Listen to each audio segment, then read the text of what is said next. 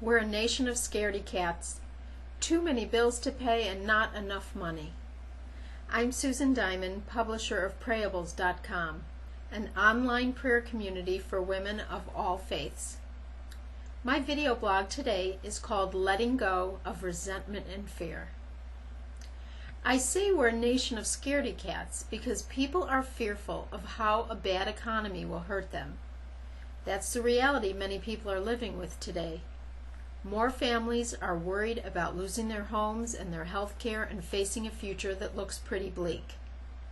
This fear is spreading. Is the media reporting on the fear that people are feeling, or is the media causing it? Robert Reich was in town recently. He's the former U.S. Secretary of Labor and a professor at University of California, Berkeley. He is one smart dude. And if you've never had the chance to hear Robert Reich talk about the economy, I strongly suggest you do. There's a real good link to a video of his on Prayables.com. Just search for Reich, R-E-I-C-H. He's a great public speaker, and he wrote a new book called Afterschock that explains macroeconomics in clear and simple language. He tells the story of how his rational explanations became a problem for a certain TV producer. Reich was on a news talk show debating the pros and cons of the Bush tax cuts. He says it was a good give and take with a conservative colleague.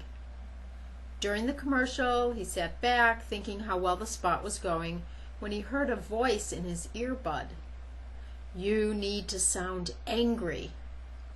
And he answered the producer, "But I'm not angry. We're having a very good conversation." Good is not good enough. If you don't get angry, the channel surfers won't stop to watch. Angry makes for good television. It was then that he got really angry at the producer.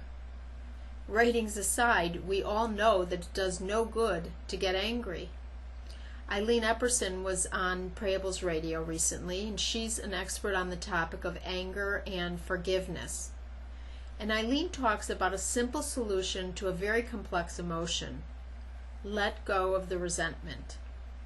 Keep your anger if you need to, but don't allow resentment to come to the party. So if we take this very wise advice and we apply it to how we feel about this crappy economy, it's possible that we can still hold on to our outrage over the predicament and take advantage of the opportunities that it brings. Let's just say your hours were cut at your job and your pay is reduced, and that's pretty bad. There are consequences to making less money, and that means that something's got to give. But you're not willing to be poorer. You don't want to reduce your standard of living. You resent the fact that all is not going as planned. Wah, wah, wah. When you're done crying, what do you have? You have more hours to do what you've always wished you had time for. Maybe shopping was your hobby of choice before, but now it has to be something like taking long walks, or reading a book, or volunteering.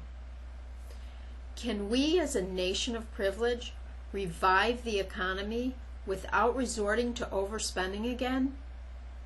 If we're not bowing to the housing start gods, new car czars, and electronic gadget gurus, can businesses prosper? I asked Robert Reich that question.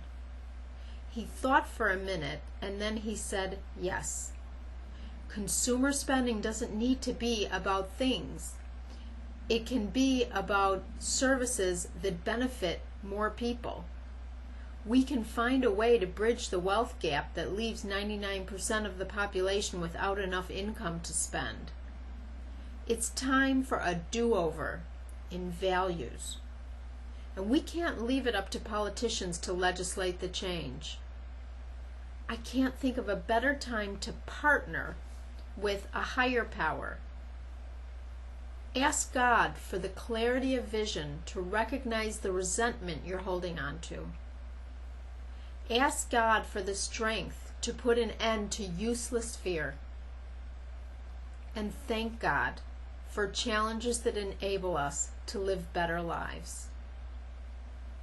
And now, a prayer from Prayables.com called Fear. I believe love conquers all, but today I'm full of fear and anxiety. I feel like the most overlooked woman in the world. Help me to know your courageous love. Remove this fear from me so that I may accomplish your will. Live in me, speak to me, rescue me. Today, won't you deliver me with love?